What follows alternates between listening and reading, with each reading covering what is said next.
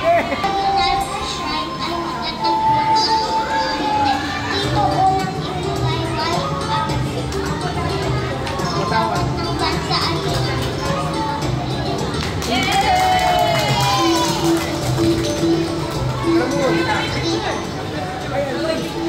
ay kilala sa bansang Nadawon City dahil ito ay isang lugar na nakakalibutan ng mga pader. Ito ang pinakamatandang distrito sa Maynila.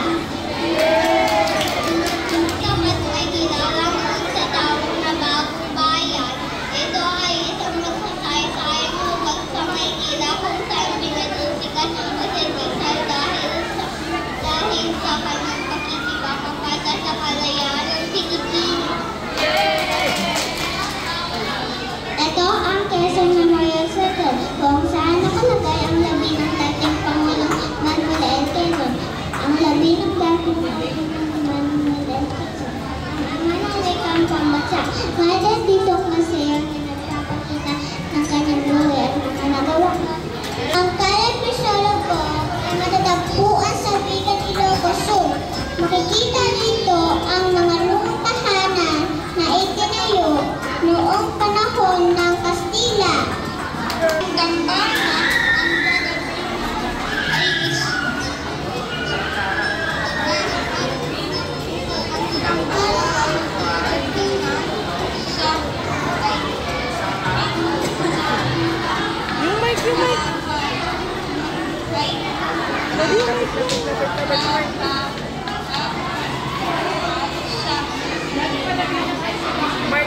Mike.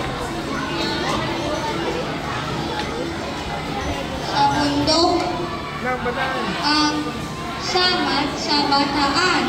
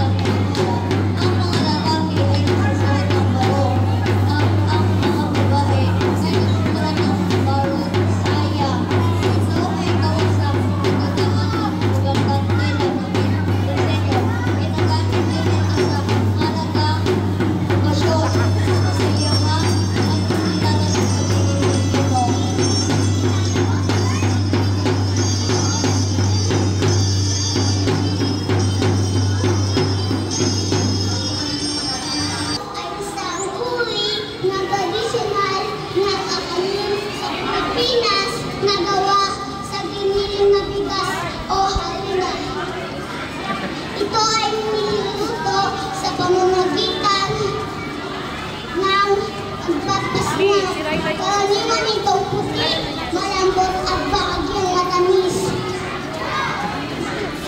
May iba't ibang presyo ng puto tulad ng puto peso, puto bumbong, at puto kutsinta.